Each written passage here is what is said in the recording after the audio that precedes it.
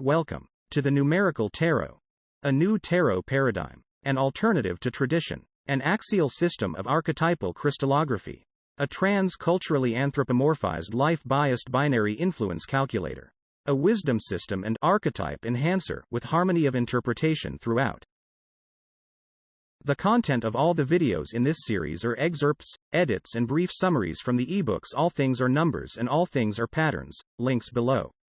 For a more complete explanation of each idea, additional reading might be helpful. Hopefully the basic ideas come across enough to pique your interest in trying this alternative approach to tarot.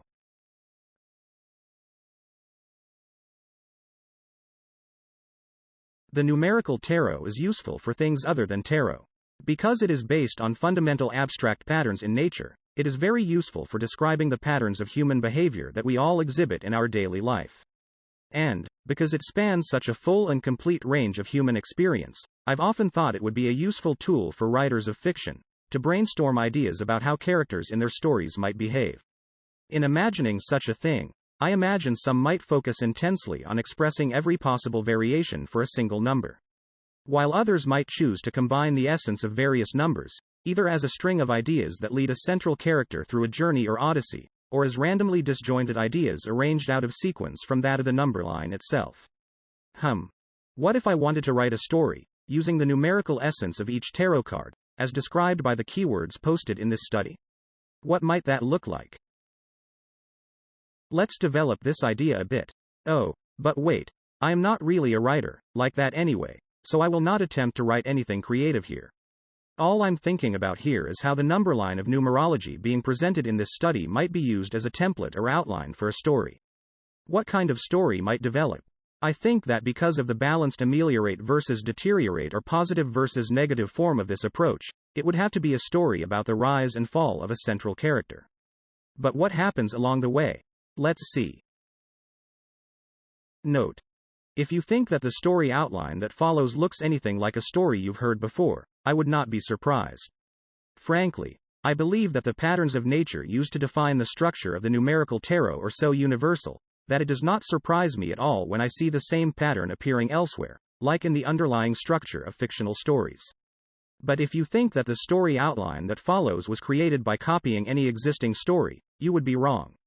Well, mostly wrong anyway. The story outline that follows is mostly based on the essence of each number along a number line of numerology as described by common sense ideas and plainly observable patterns in nature. In fact, I urgently encourage you to compare key words used in this outline with every other language model offered in this study. I think you will see that I'm not just making things up as I go along, in order to make this resemble one popular story or another. You will see that each description is indeed isomorphic to every other model seen in this study. Warning: if you are the type who prefers to mitigate the negativity of tarot cards, you might want to pass on watching this. The fact that it deals with the rise and fall of a central character means there will be a lot of unmitigated negativity on the downside. Because my approach to tarot is balanced, I make no attempt to diminish that negativity. It is there for a reason, so it will not be spun into anything good. Okay, let's start with the rise of our central character. 1. A positive 1 is about beginnings, potential, conception and the spark and light of existence. A 1 is also about smallness, because it represents an infinitesimally small point, a geometric concept without dimension. So, what say we start our story off with a small, but bright, point of light appearing in the sky, marking the beginning of something really important. A birth perhaps. Beneath a bright point of light. An auspicious birth. A birth with universal potential, born from the very potential of an all-powerful God force. Years later, the child born beneath this important light will become that brilliant light, like the magician of a tarot deck, or the genie and the genius of the numerical tarot. 2. A positive 2 is about immediate and direct action and motion, and clear lines of sight, i.e. navigation, and the inspiration and attraction from what is seen ahead as it is revealed. So it would be appropriate if someone in our story used the bright light in the sky as some kind of navigational device. They see it. They know it's important. They are attracted to it. They are captivated by it. It impels them. It motivates them. It inspires them. They make a beeline for it. And it reveals something important to them. Later, the child they are led to will reveal to them the way, like the priestess of a tarot deck, or the muse and the visionary of the numerical tarot. 3. A positive 3 is about creation. Perfect, beautiful, and divine creation. The people who navigate their way to the light find a perfect, beautiful, and divine baby. Born from the womb of a perfect, beautiful, divine and unsullied woman, like the empress of a tarot deck, or the beauty and the artist of the numerical tarot. And surrounded by animals and nature, God's other creations. The exquisite delicacy of the baby's gentle form inspires happiness and joy. God's love is evident. Later, in his adult years, his message will be love. Hey, I know. Let's accentuate the importance of the number 3 further by having the number of people who followed the light to this baby be 3 in number. 4. A positive 4 is about strength, courage, fortitude, organization, industry, construction or building. The people who have found the perfect, beautiful and divine creation beneath the bright light recognize that they have found a very important person. So they dawn at a king. A person who will one day lead them. But as it is still just a baby, its interim title is that of son, of a god, or god force. Later, in his adult years, we see this baby living the life of a carpenter, a person who builds things. Eventually he does become the leader he was destined to be, like the emperor of a tarot deck, or the hero and the valiant of the numerical tarot. Hey, I know. Let's accentuate the importance of the number 4 further by having the 3 people who followed the light to this baby be kings themselves. 5. A positive 5 is about control, the management or administration of that control and the discipline and obedience of those being administered. One of the most important expressions of control that any human can exhibit is the mastery of language. Thus, as a leader who was born from a god or god force, this person becomes a mouthpiece for the voice of that god. He gives speeches. He suggests rules for living that all good people who want to follow in his footsteps should obey. He becomes a minister, or administrator, a central, pivotal figure around which people gather in great numbers. He has much control, like the hierophant of a tarot deck, or the wizard and the medium of the numerical tarot. 6. A positive 6 is about augmentation, benefit, reward, prosperity, popularity and trust. It is the number of things gathering together en masse, to give substance to existence. So as our hero becomes more and more popular, the mass of people around him grows bigger and bigger. Like all entities, it starts to define who he is. His influence spreads over the land, far and wide. Everyone wants to know him. Everyone wants to be his friend and companion, like the lovers of a tarot deck, or the angel and the royal of the numerical tarot. He surrounds himself with a core of people he can trust. Eventually, his influence becomes so popular that he decides to enlist those trusted few with the task of spreading his message even further. 7. A positive 7 is about sublime and numinous spirituality, connecting to the unity of the universe and consecration of the soul. That's perfect, because our central character is already being seen as the son of a god, and the mouthpiece of a god. So now people will begin to see him as a conduit to a god. A direct link of holy oneness to the God force that gave him, and all of us, life. So, at this point, God and our hero are united as one. Spiritual transport is his offering, like the chariot of a tarot deck, or the saint and the virtuist of the numerical tarot. To demonstrate this connection, miracles are performed that foster appropriate levels of reverence. A kind of religion begins to form around our hero. He is idolized. 8. A positive 8 is about energy, exhilaration, excitement, liberation, jubilation, health, healing and hope. The miracles performed also produce appropriate amounts of amazement and excitement. Our hero is a sensation. The realization of the presence of a divine being gives hope to the oppressed few he leads and stirs excitement among those yet to know him. There is much jubilation. He radiates an aura. His very touch heals the sick. He is energy incarnate, like the strength card of a tarot deck, or the Lumina and the Vivian of the numerical tarot. Floating, or a feeling of floating, is another quality associated with this number. So why don't we accentuate that idea by having one of the many miraculous things our hero does be? Walking on water. 9. A positive 9 is about the culmination of everything, totality, completion, the majesty of all-encompassing influence and power at a zenith. So, not just the offspring of God, not just the Son of God, not just the mouthpiece of God, not just a conduit to God. In the eyes of his followers, our hero is God. Omniscient and omnipotent, all-powerful, all-good. He is the light of everythingness, ordered and sane. Our little point has become an all-encompassing sphere, a sphere of light, like the hermit of a tarot deck, or the god and the sage of the numerical tarot. That was the rise. Now, the fall. 1. A -1 is also about a birth.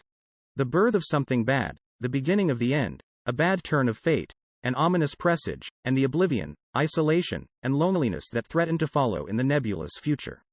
There is a force working against our hero, and I don't mean entropy. Someone within our hero's trusted core has already taken action to ensure the demise of his greatness. Our hero knows this, and is feeling forlorn. He has lost his sense of purpose and his will to live. He has seen that his future is a destiny of doom, and does not question it, but adopts a fatalistic approach, like the wheel card of a tarot deck, or the jinx and the idiot of the numerical tarot. 2. A -2 is about stagnation, loss of direction, obfuscation, loss of vision, stress, tension and discord. Knowing that a horrible end is his destiny, our hero becomes unmotivated and depressed. Friction occurs between him and those who still support him. There is conflict about the direction he should take. He is ambivalent and ambiguous. He has lost his direction. He is apprehensive. He has become detached and divorced from his flock. He hides in vain from those who want to bring about his fall. He tries to see, but can't. He is lost, like the mystical high priestess of a tarot deck, or the haunt and the waif of the numerical tarot. 3. A -3 is about pain, suffering, sadness, sorrow, affliction and trauma, and the hatred, brutality and barbarity that inflicts it. Because of his fatalistic approach, and resulting stagnation, he has generated hostility among his followers. They begin to hate him, because he will not hate who they hate. Even people who once loved him begin to hate him. He begins to hate all that's happened to him, because his message of love has been turned into a message of hate. He goes to a garden to surround himself with God's nature once again, but only feels sorrow over the trauma to his spirit. He is sad and suffering, like the hanged man of a tarot deck, or the beast and the slob of the numerical tarot. 4. A -4 is about weakness, impotence, apathy, lethargy, collapse, destruction and change for the worst. Those who would bring about our hero's fall condemn him. They want to destroy him, like the death card of a tarot deck. He does not fight back. He has no fight in him. He who would lead has now admitted to having no kingly status at all. He passively and tacitly approves of their destruction of him. He has become an ineffectual leader. He has made himself vulnerable. His life is in jeopardy. His followers are afraid, like the supplicants in the death card of a tarot deck, or the villain and the victim of the numerical tarot. 5. A -5 is about trouble, turmoil, loss of control, failure and malfeasance. Once again our hero is at the center of the picture, only this time the core of faithful is damaged. He cannot control things anymore. He does not want to control things anymore. He informs his disciples of the fateful path he is on and how powerless they are to control any of it themselves. There is no one to blame, and there is everyone to blame. Everyone had a hand in it. Now no one has a hand in it. Everyone is upset. There are arguments. Everything is ruined, like the witch and the misfit of the numerical tarot. 6. A -6 is about degradation and the deterioration of the mass that gives existence its substance, and the alienation and animosity that follows as things are torn asunder and perverted. Having given up all fight, and all control, animosity builds as popularity diminishes. The mass of followers that once gave our hero's existence substance is now turning against him as his enemy. Even some of his closest allies have betrayed him, or denied even knowing him, for fear of being hated with him. Everyone else thinks he is a criminal and a liar who has deceived them. He is evil, like the devil in a tarot deck, or the devil in the reject of the numerical tarot. They don't want him anymore. They want to be rid of him. 7. A -7 is about disaster, tragedy, desecration of the spirit, and the horror, mental anguish and psychological torture that goes with it. Those who would bring about our hero's fall now have him where they want him. Everyone hates him. Everyone has abandoned him. He suffers alone. He is tortured. He is whipped, scarred and bloodied. Then, he is crucified. There is much violence, as his holy form is desecrated, like the tower of a tarot deck, or the sadist and the sinner of the numerical tarot. His connection to the God force that gave him life is broken. The conduit is closed. What a tragedy. He is languishing. 8. A negative 8 is about suffocation, desperation, depression and the panic of a despondent person who is about to die.